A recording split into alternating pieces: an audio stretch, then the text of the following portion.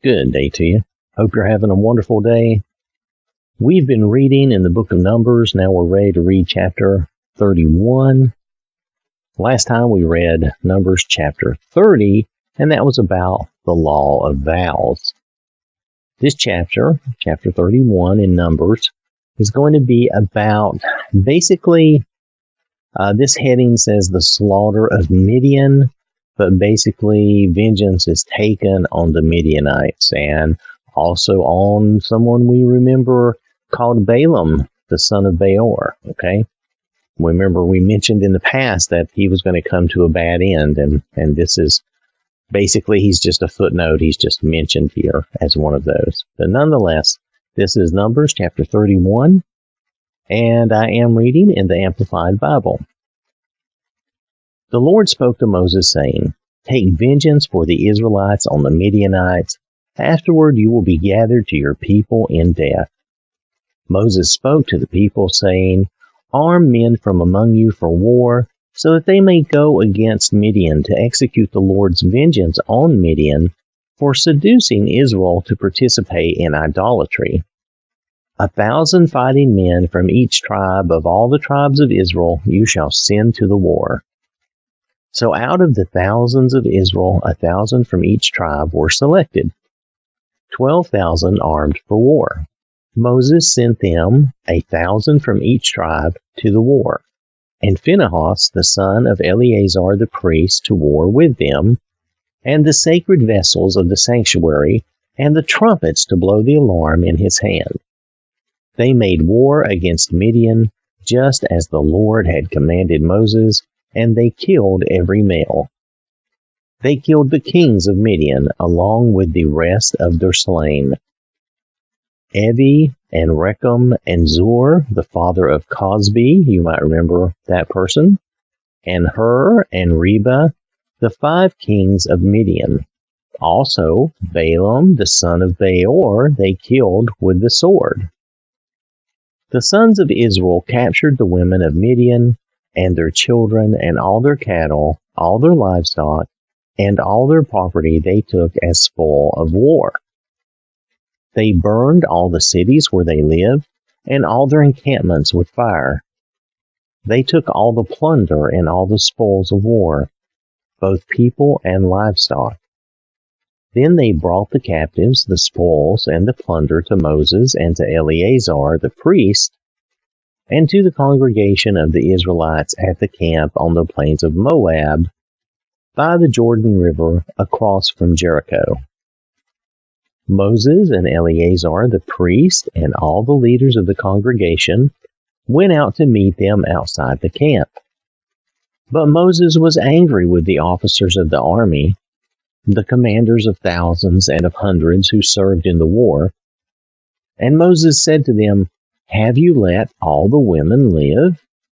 Look, these are the women who caused the Israelites by the counsel of Balaam to trespass against the Lord in the matter of Peor. And so a plague came among the congregation of the Lord. Now therefore kill every male among the children, and kill every woman who is not a virgin.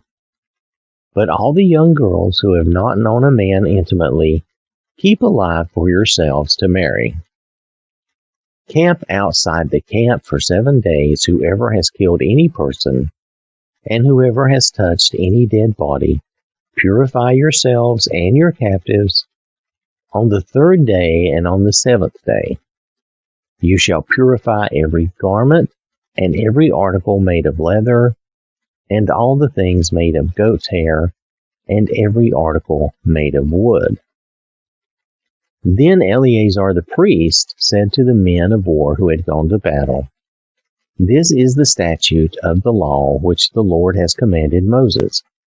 Only the gold, the silver, the bronze, the iron, the tin, and the lead, everything that can stand fire, you shall pass through fire, and it shall be clean. Nevertheless, it shall also be purified with the water of purification to remove its impurity, and all that cannot stand fire, such as fabrics, you shall pass through the water. And you shall wash your clothes on the seventh day and be clean, and afterward you may come into the camp. Then the Lord spoke to Moses, saying, You and Eleazar the priest and the leaders of the fathers' households of the congregation are to take a count of the spoil of war that was captured, both people and livestock.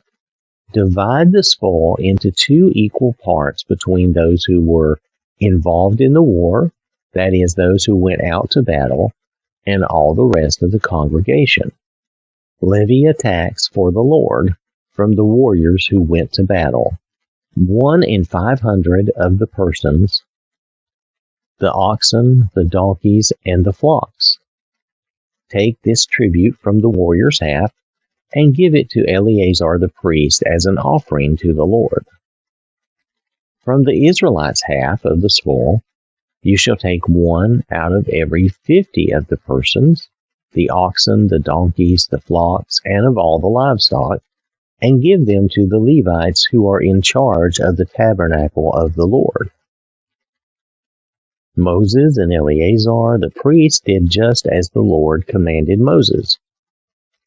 The plunder that remained from the spoil of war which the warriors had taken was 675,000 sheep, and 72,000 cattle, and 61,000 donkeys, and 32,000 persons in all of the Midianite women who were virgins.